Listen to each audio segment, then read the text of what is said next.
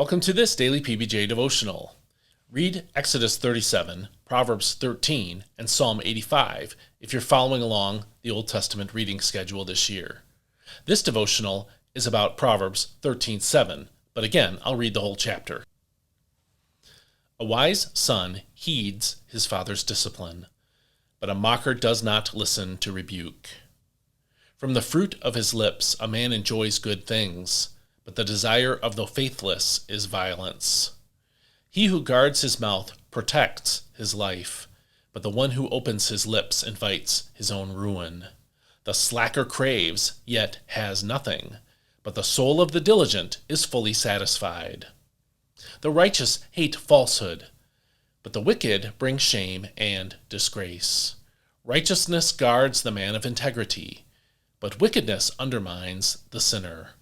One pretends to be rich, but has nothing.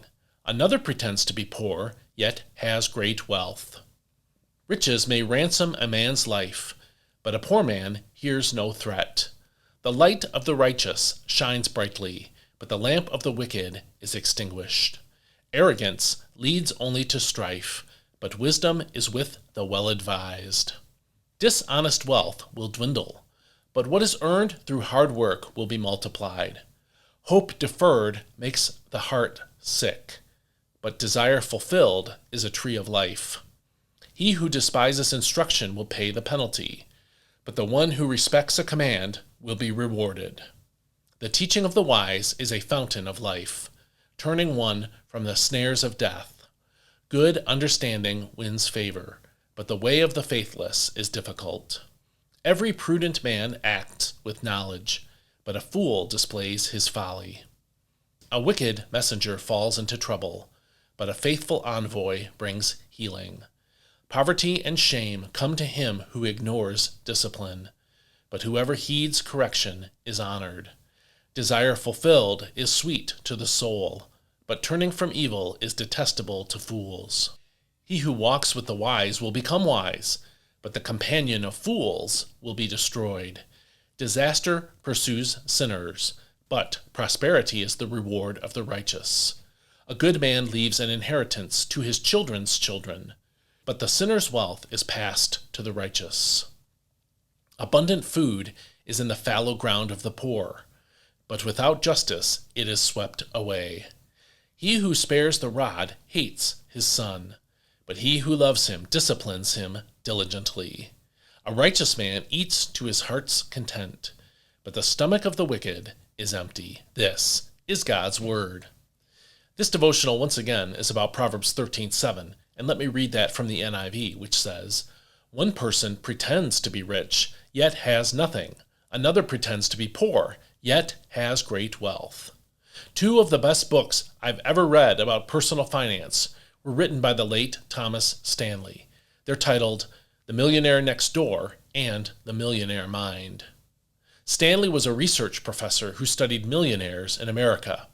He found that most millionaires did not come from wealthy families. Instead, they acquired wealth by owning their own business or businesses and by being frugal with the money they made. They were far more likely to drive Ford F-150s than any make or model of sports car or luxury car.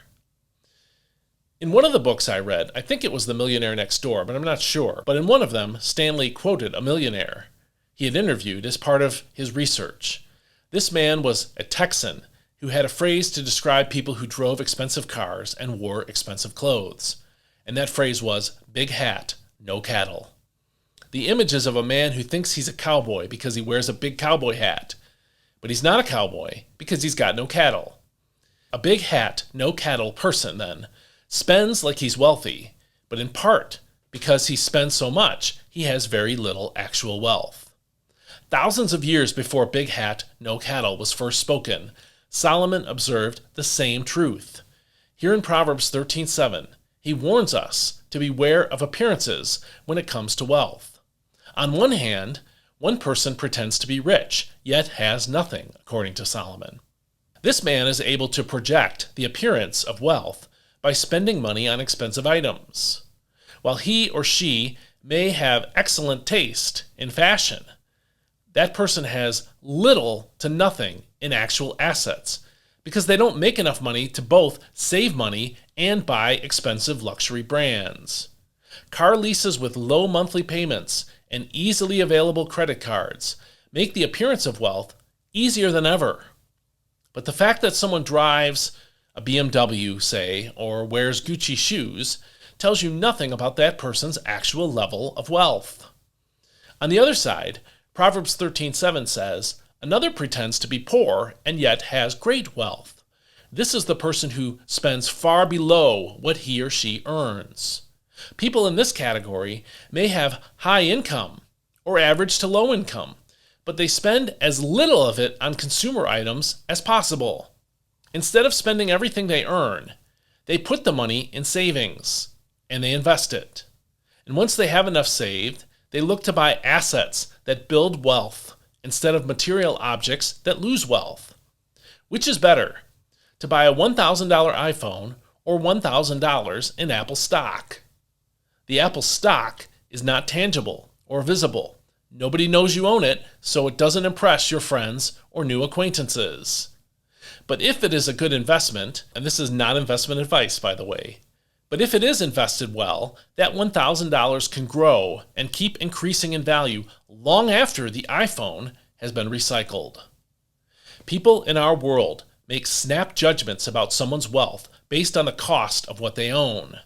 But the truth is that what someone owns has little to nothing to do with how wealthy they really are. In fact, the more someone spends, the less likely they are to be building wealth.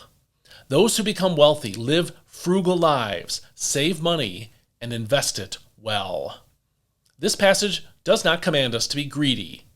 It encourages us to be wise about what we do with the money that God enables us to earn. How are your finances? Are you saving and trying to build wealth as a good manager of what God has entrusted to you? Or do you spend every dollar that comes your way?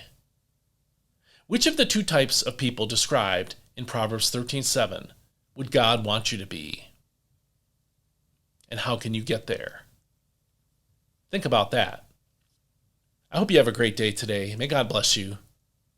We'll see you next time.